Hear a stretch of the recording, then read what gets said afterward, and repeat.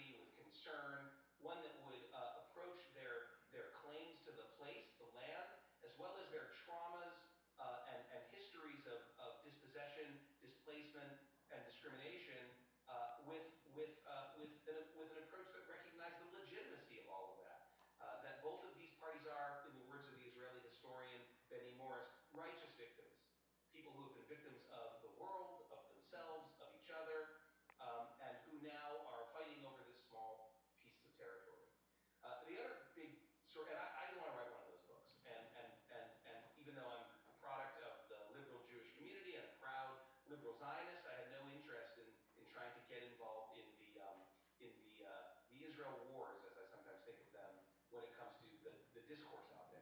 The other big category of books are books that are by and for experts or academics or scholars. And those books are very important, but they lack an accessibility.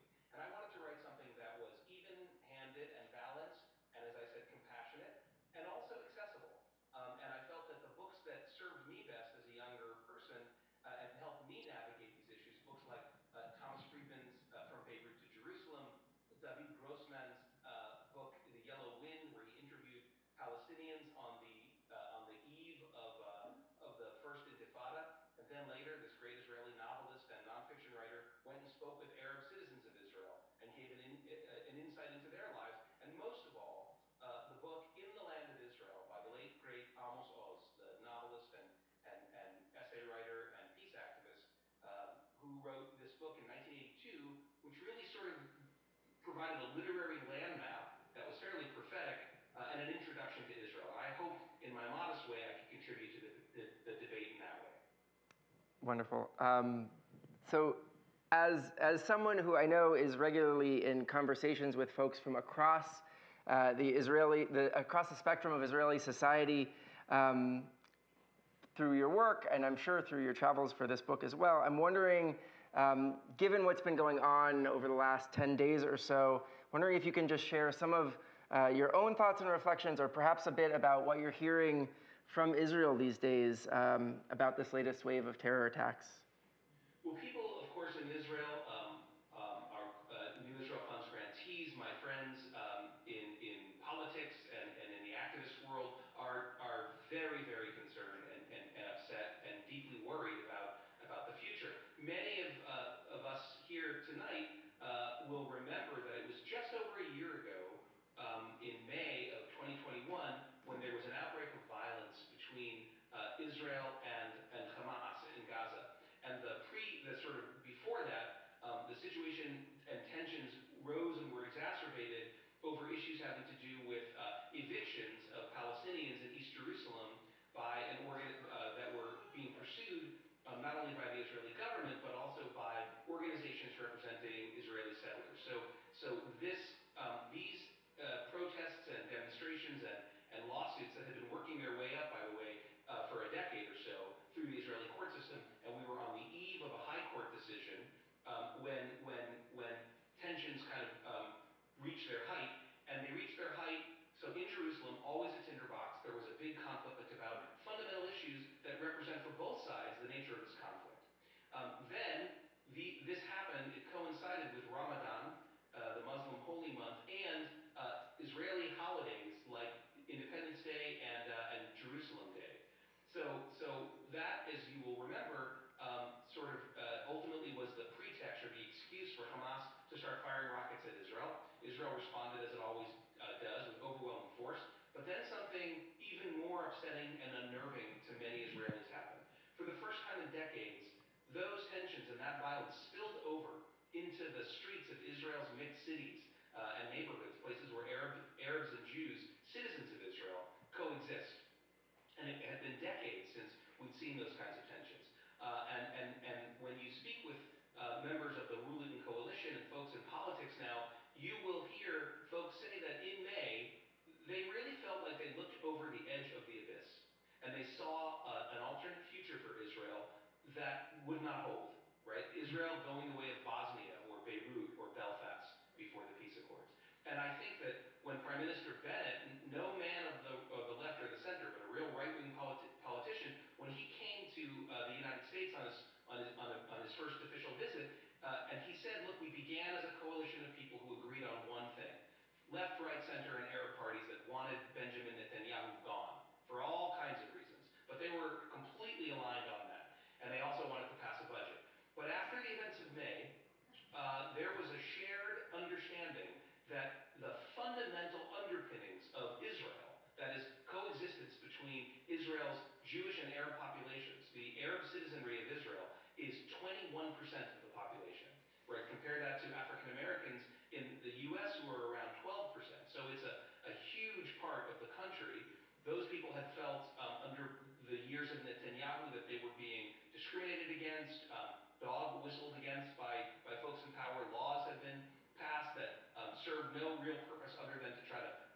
in the eye of those citizens and say you're not equal. I'm talking about laws like the nation-state law and the Nakba law. And these various politicians who formed the new government realized that they had to pull Israel back from the brink. And you asked for my observation, so my personal observation is there's a lot to say about that coalition, and we don't know how long it will last, and we don't have time for that tonight, but I think they are trying their best to de-escalate and pull Israel, in terms of Israeli citizens, Arabs and Jews, back from the brink. And I go into that sort of deep history to answer your question, Rabbi, about what's happening now, because the terror, of course, is horrific and unacceptable. I think it's not a very controversial thing to say that terrorism and violence are never acceptable and never acceptable ways to pursue your political goals, in my opinion, and New Israel Fund's opinion. And terrorism and violence too often provide a pretext for the extremists on the other side, right, depending on who's perpetrating it, to ratchet up their incitement. And sure enough, for weeks we have seen ultra-right-wing, ethno-nationalist Jewish militias trying to organize in the Negev to essentially deprive Bedouin citizens of Israel of their land and of their territory, and to sort of build out their vision of an ethno-nationalist Jewish supremacist state. Well, murderous terror attacks by ISIS-affiliated Palestinians only give them ammunition, rhetorical and real, in promoting their extremist view. So I think that in addition to the awfulness of the terror, which I think, why is it happening now? It's happening now for a number of reasons. One is that extremists understand that these are moments of incredible tension. It is Ramadan. I believe tonight it begins. Pesach is next week. Easter is on Sunday. So we're once again at a place where the tensions are rising, as they always do when the major religious festivals converge, which extremists on all sides use as sort of an excuse to ratchet up their rhetoric. So that's number one. Number two, many of you noticed there was a forum, a conference in the Negev a few days ago that included Israeli, Egyptian, Gulf state, and American representatives. Secretary Blinken was there. This is a big deal, right? It is part of a process of Israel normalizing itself in the region, and I think most of us all of us should pray that that's successful and that it continues. And there are Palestinians who are very concerned that this will leave them behind, and their conflict and their troubles will be forgotten. Now, the vast majority of Palestinians, of course, react to that peacefully through demonstrations, through op-eds, through writing, through voting. But there are extremists who don't, and I believe that was another reason that terrorists use this period of time to strike. And then finally, this is not always easy to say, but I believe it is an honest thing to say. There is a deep frustration in the occupied territories and with people who sympathize with Palestinians in the territories, because we're now at 54 years of the current status quo where Israel's occupied this territory. And even though for the last few months the settlement enterprise has sort of frozen because the new administration, the new coalition, is made up of such ideologically diverse groups, they can't pursue controversial tactics. They don't want to upset the Biden administration or the EU. And all three of those parties, the Israeli government, the Biden administration, and the EU, don't want to see the return of Benjamin Netanyahu, who will benefit from chaos and discord. So whenever these things happen, the risk is that the extremists, the Hamas and ultra-right wingers in the Palestinian side and the ultra-right ethno-nationalist settlers on the Israeli side will gain. And when there's chaos, and when the government is blamed for chaos, that could augur the return of more inflexible voices on both sides in both camps. Thank you so much. I mean, I so appreciate your insights and this notion of communication and conversation, between all of these such polarized factions, and appreciate the role that NIF plays in helping to create spaces and fund those organizations that are creating the spaces to actually bring these different sides together. I want to ask one more, hopefully sort of short-ish question about about the book. I love the invitational nature of the title, right? Can we talk about Israel? It feels really inviting, and certainly once you dive into the book, it's really accessible, as you said, and the tone really does feel different than some of the other books about the conflict out today, or other books that I've read, whether for school or just for sort of consumption.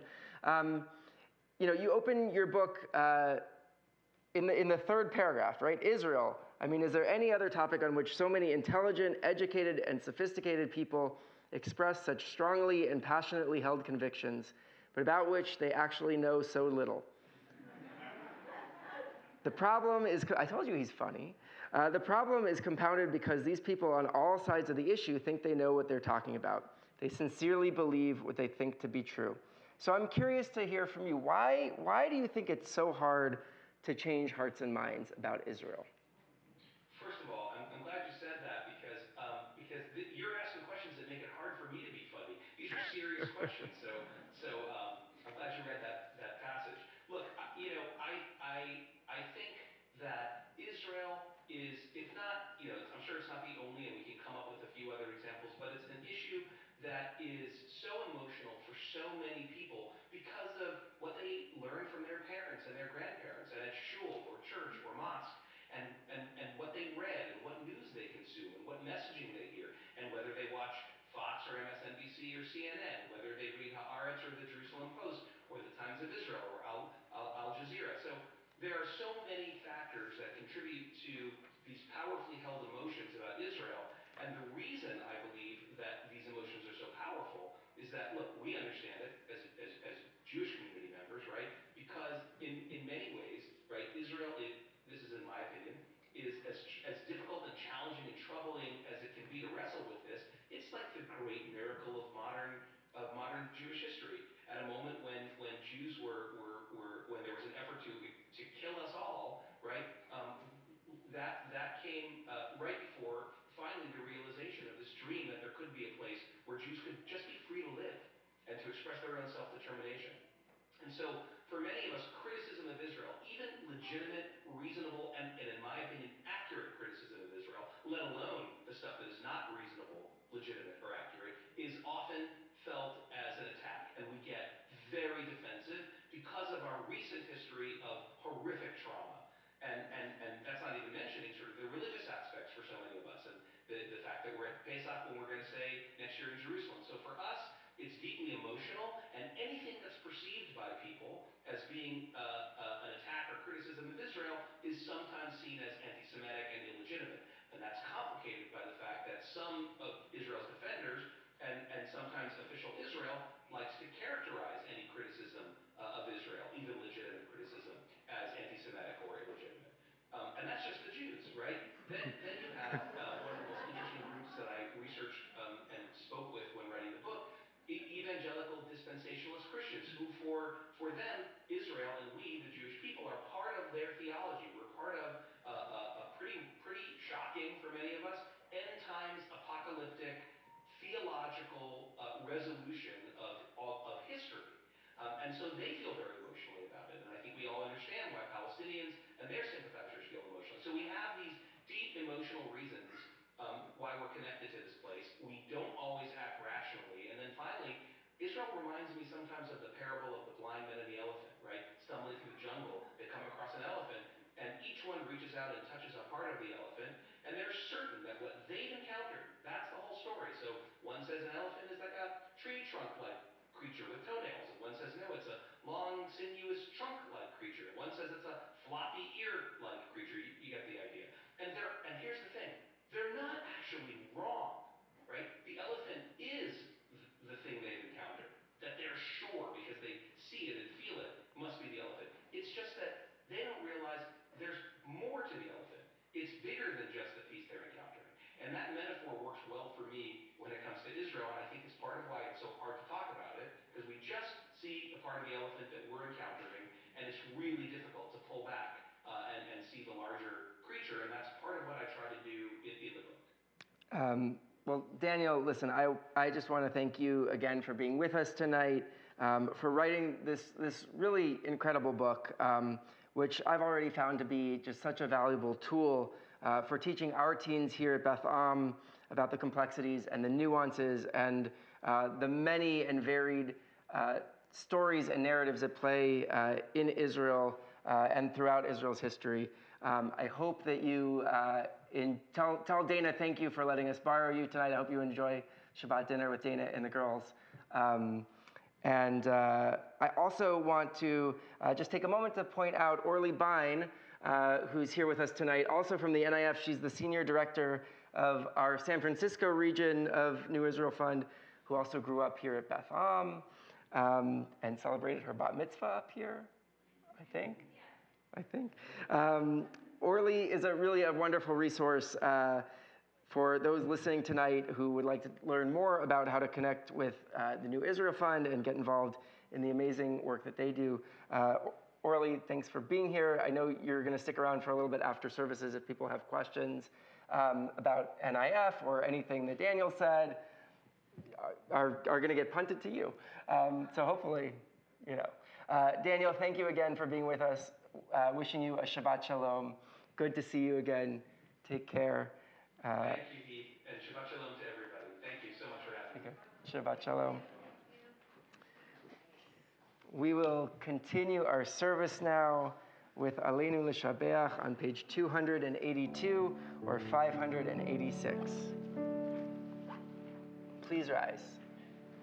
Aleinu L'Shabeach L'Adon HaKol, Latent Gedulah Yotzer Breshit, Shelo Asanu Kegoye Haratzot, Velo Samanu Kemishbechot Ha'adama, Shelo Sam Chelkenu Kahem, Vegor Aleinu Kechol Hamonam, V'anachnu Koreim, Umishtachavim Umodim, Lifnei Melech Malchei Hamlachim, HaKadosh Baruch Hu. Page 287. V'nemar v'haya Adonai lemelech al kol haaretz bayom hahu yeh Adonai echad u'shemo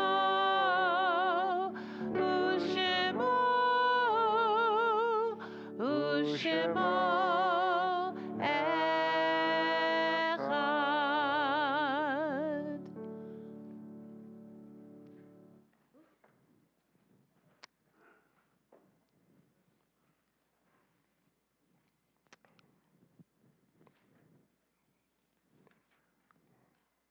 Ask you to remain standing as we turn to